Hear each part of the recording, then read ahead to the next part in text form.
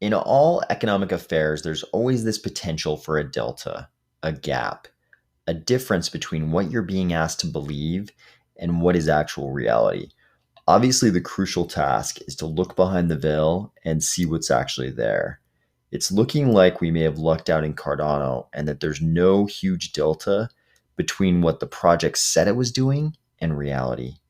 But that may not turn out to be true for other much more colossal segments of the global economy. Ready? Let's go. Cardano is making significant inroads in both Africa and Asia. It's also about to launch the Plutus application backend, which could bring us a DeFi explosion people have been anticipating for years, along with all the ramifications that could bring to the supply of ADA. Meanwhile, things are not looking so promising for one of the biggest sectors of the second biggest economy in the world. You will no doubt remember several weeks ago, we talked about the Monetary Authority of Singapore's central bank digital currency challenge and how a name in the list jumps out at anyone in the Cardano ecosystem. We have IOG Singapore, which got selected as a finalist for a project which is described here in this TechWire Asia article as a mobile digital wallet, apparently called Unchained, that aims to mimic the functionality of physical wallets. It allows users to store digital identities and digital cash. Furthermore, it allows users to make private offline peer-to-peer transfers. You might also remember this post from Crypto Gems on Twitter. It was from, I believe, an AMA by COTI CEO Shafbar Geffen. The question from the community was, hey, we saw that IOG is one of the 15 finalists in the Singapore Central Bank CBDC challenge. Basically, will COTI be involved if Djed is involved in this project? The COTI response was, wait to see the announcement during the Cardano Summit is all I can say for now. Recently, the COTI investor on Twitter pointed out that there was another additional piece to this puzzle from back in January that a lot of people probably missed. It turns out that back in January, COTI had announced that they were listed as a payment institution in Singapore. They were actually licensed. The title is listed as a payment institution in Singapore. But the more important part is that they actually have a payment institution license with the Monetary Authority of Singapore. And this will allow them to operate an exchange, handle fiat to crypto and crypto to fiat transactions, issue accounts, facilitate cross-border money transfer, acquire merchants, and obviously a lot of other stuff.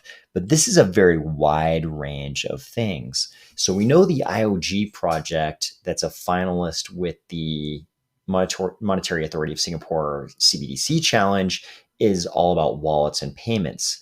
Then we have COTI, obviously very focused on the payments piece of the crypto business, taking over Djed. And they also have this license with the Monetary Authority of Singapore to do all of these things. This opens up a pretty broad range of activities possibly for Djed in Singapore. I didn't see that the IOG project mentioned anything about a stablecoin, but it also doesn't say exactly what assets it's talking about being transferred in this wallet with these peer-to-peer payments. It could be that whole project is going to be about the Djed stablecoin.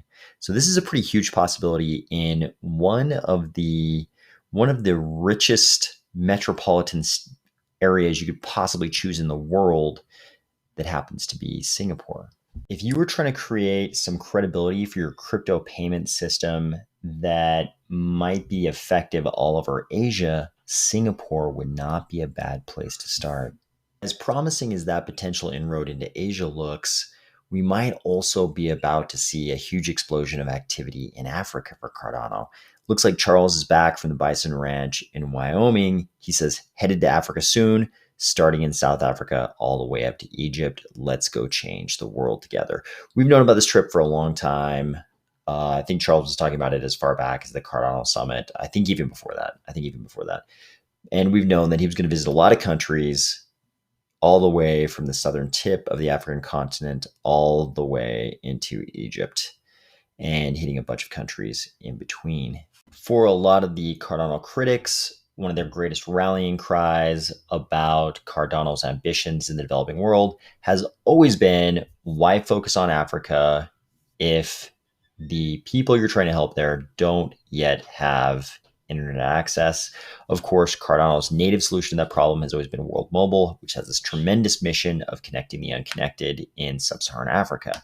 But we also see this article popping up for the last few days. Google confirms $1 billion investment into Africa, including subsea cable for faster internet.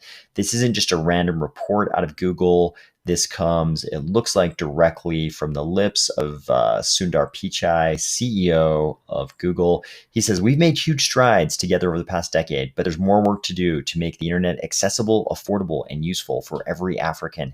Today, I'm excited to reaffirm our commitment to the continent through an investment of $1 billion over 5 years. This isn't $1 billion over 10 years, 20 years. This is $1 billion over 5 years to support Africa's digital transformation, to cover a range of initiatives from improved connectivity to investment in startups. Google said it'll inject the investment in projects to be implemented in countries including Nigeria, Kenya, Uganda, and Ghana. Looks like the subsea cable is going to go through South Africa, Namibia, Nigeria, and St. Helena, connecting Africa and Europe. What's interesting here is that it's starting, I think all of us in Cardano have known this all along, but Cardano wasn't wrong about Africa. Cardano was just first. And now the tech behemoths, some of the biggest companies, most profitable in the entire world, are starting to go the same route. It's just that Cardano was already aimed in that direction first. So it looks like the Cardano ecosystem, including World Mobile, are not going to have to go it alone in terms of connecting the unconnected in Africa. Of course, there's all kinds of execution risks here. Will Google's subsea cable activities just connect the largest metropolitan areas in Africa, in sub-Saharan Africa, and sort of leave the rural areas to their own devices?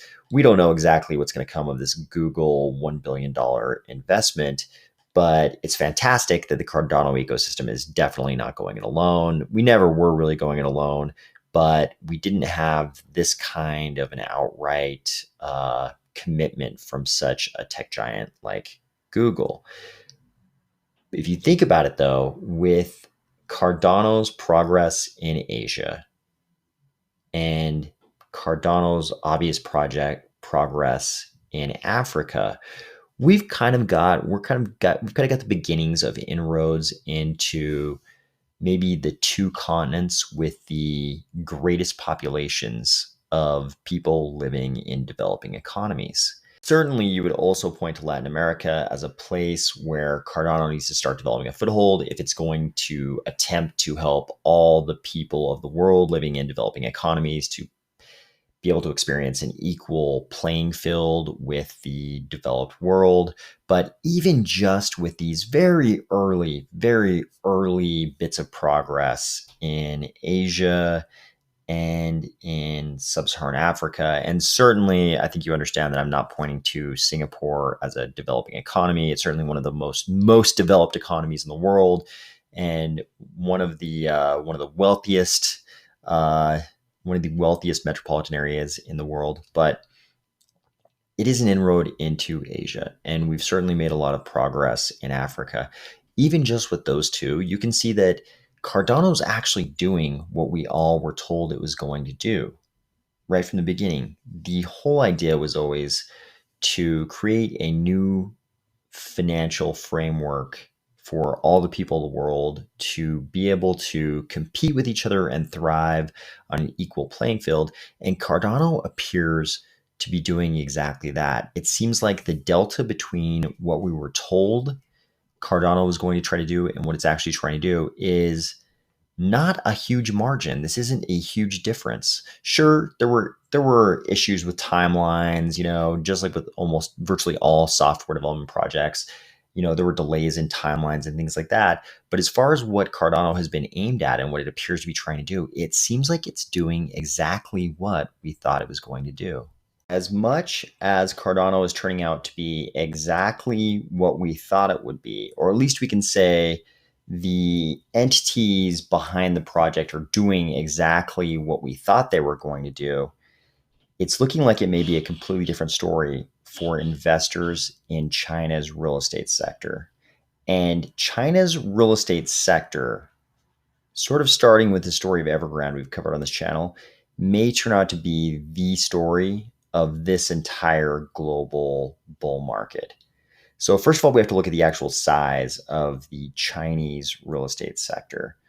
One third of China's economy, straight up one third of China's real estate economy, almost 29%, is construction and real estate. If ownership of professional sports teams is any metric to go off, we can also say that 10 out of 16 Chinese Super League football teams are at least partially owned by real estate developers. In the US, the biggest real estate developer is D.R. Horton, and they have assets of $21.8 billion.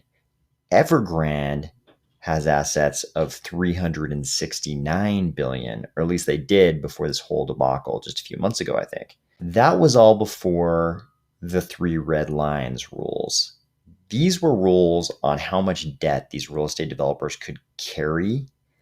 And these rules were put in place to deleverage the whole space. But if this real estate space is such a big part of the Chinese economy, why would the government ever do this? They're running into a problem, and that problem is that young people can't afford housing. It turns out that in first-tier cities in China like Shenzhen and Beijing, prices are 40x annual household salaries. So maybe that's not for all first-tier cities, but for Shenzhen and Beijing, the Wall Street Journal here is telling us that that's the case, 40x. So for example, if you're a family in the Western world that's making, say, let's say $75K a year, that would be like buying a $3 million house, 40x. You can see how this would create gigantic problems for any young people who are planning on getting married and having kids. And if young people don't see any hope in getting married and having kids, raising a family, doing the same things that their families have done for generations, you have the potential for social unrest.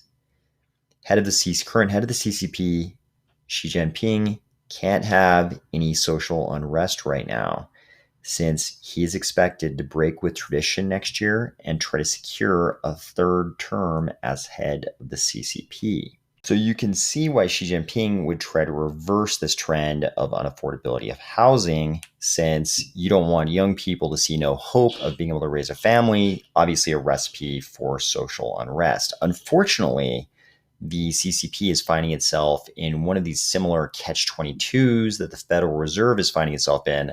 Obviously, I'm not comparing these two entities, but similar predicaments, in that the Federal Reserve is now facing higher unemployment than it would like and higher inflation than it would like. And remedying one of those two has a likelihood, or a chance at least, of exacerbating the other. Xi Jinping now is trying to reverse this unaffordability of housing trend, but in doing so, he also runs the risk of imploding this all-important Chinese real estate sector that's almost a third of the Chinese economy.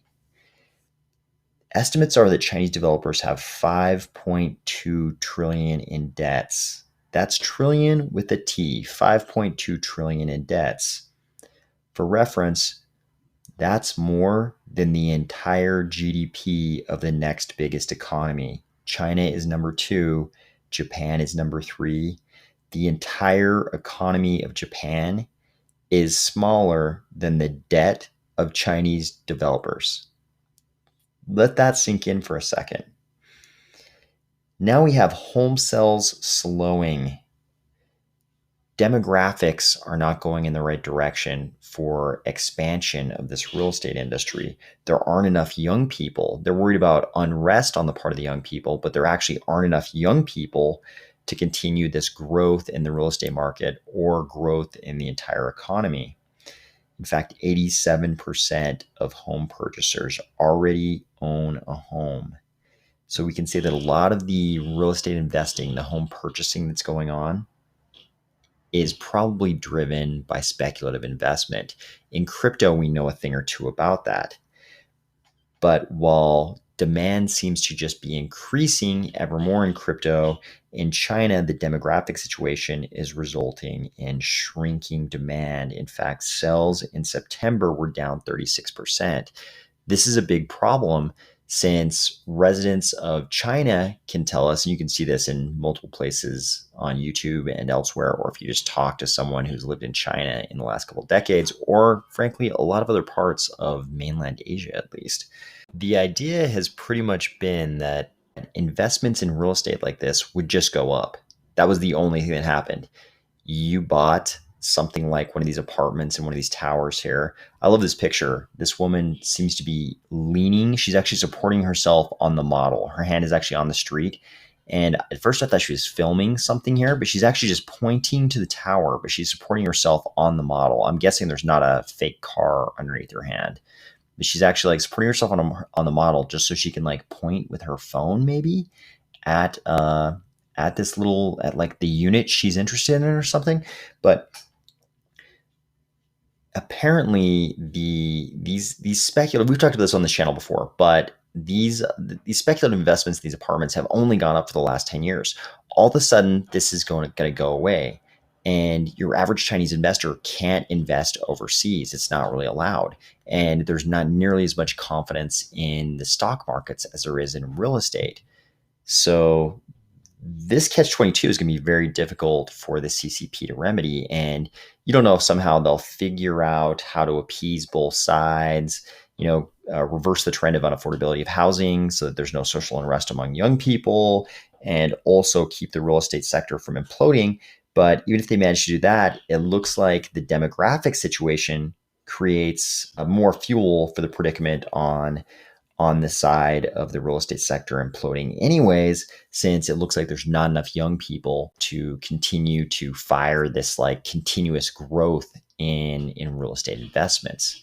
So while things are looking really, really good on the Cardano front, I think if you're interested in macroeconomics and how they might impact everything in the world, including crypto, we probably have to be worried about the Chinese real estate sector. Talk to you tomorrow.